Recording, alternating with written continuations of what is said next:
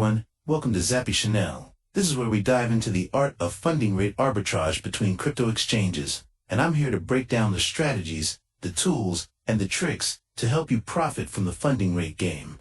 Whether you're a newbie or a seasoned trader, stick around, we're about to uncover some serious arbitrage gold. Don't forget to smash that subscribe button, and let's get started. 4 main topics I'll cover in this video. Note 1. What is funding rate? This is the foundation of our arbitrage game. Note 2. Why vary funding rates by exchange? Next, why do funding rates vary between exchanges like Binance, Bybit, or OKX? Funding rate shifts, and that's where our opportunity sneaks in. Note 3. What strategy for us? Now, let's get to the good stuff. Our strategy. We're hunting for funding rate gaps between exchanges. Note 4. What opportunities for us? Finally, the payoff. How do we make money? Funding rate arbitrage is a lowest gold mine if you play it smart. With the right timing and tools, you can earn steady profits without betting on price swings. Think of it as free money hiding in plain sight, ready for us to grab. Welcome to the world of funding rate hunters in the crypto market. 1. What is funding rate? Funding rate was born in the perpetual futures market. Unlike traditional or derivative markets, perpetual futures have no expiration date. To keep the futures price close to the spot price, a fee is created for that purpose, pulling the spot price as close as possible to the futures price. Why is it positive? Case 1. As shown in the image, there's a gap, gap 1, where the perpetual futures price is higher than the spot price. To bring the perpetual contract price closer to the spot price, some long positions need to be closed. To encourage longs to close, a fee known as the funding rate is introduced, creating pressure to exit these positions. If you insist on holding a long position in this scenario, you'll have to pay this fee to those holding short positions. Why is it negative? Case 2, as shown in the image. There's a gap, gap 2, where the perpetual futures price is lower than the spot price. It's the opposite of the positive funding rate case. To push the perpetual price closer to the spot price, pressure must be applied to close short positions. This is done through the funding rate fee.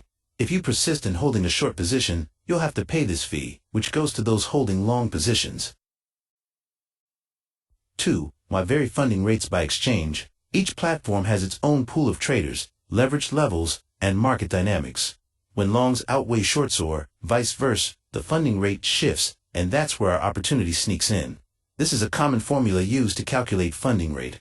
As you can see, many variables affect the funding rate, including premium index reflects the degree of difference between the futures contract price and the spot price. Interest rate, the base interest rate often fixed, for example, 0.01% per day on many exchanges. Clamp limits the funding rate within a specific range, for example, minus 0.75% to plus 0.75%.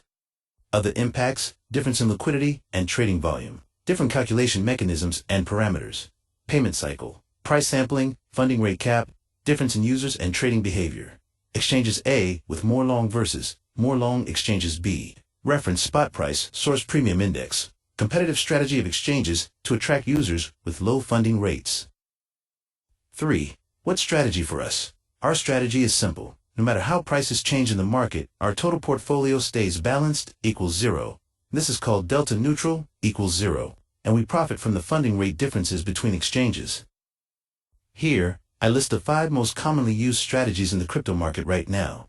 In the next section, I'll dive into the 3rd strategy, the most important and profitable one. The other strategies are fairly simple. I'll cover them in the next video. Hit the subscribe bell and follow us so you don't miss any videos from XAPY. In strategy 3, we need to find different funding rates for the same token on 2 exchanges. Based on that, we'll open a long position on one exchange and a short position on another to gain an edge. How do we gain that edge and profit? Let's move to part 4. 4. What opportunities for us? In this profit formula, P&L, there are 3 main components. Case 1.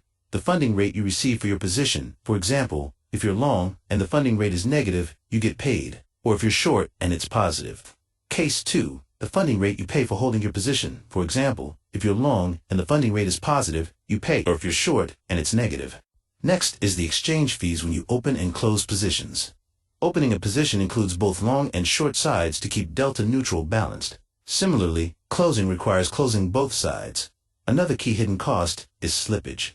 Since everyone wants to buy low and sell high, and liquidity can be excessive or scarce, the order book always has slippage when you buy or sell. Sometimes you can gain an edge if the slippage is positive in your favor. Depending on the exchange and token type, the funding rate calculation cycle can vary, such as 1 hour, 2H, 4H, or 8H. We've provided some examples below for you to reference in these examples. We'll temporarily set fees equal 0 to make it easier for you to understand how to calculate the funding rate received and paid. Though this video is short, it's packed with knowledge. You should save it and rewatch it multiple times to fully grasp the calculation mechanics and how exchanges determine funding rates, so you can dive into the exciting next steps with XAPY. That's it for today, folks. If you found this helpful, give it a thumbs up, drop a comment with your thoughts, and subscribe for more arbitrage secrets. See you in the next one. Happy hunting.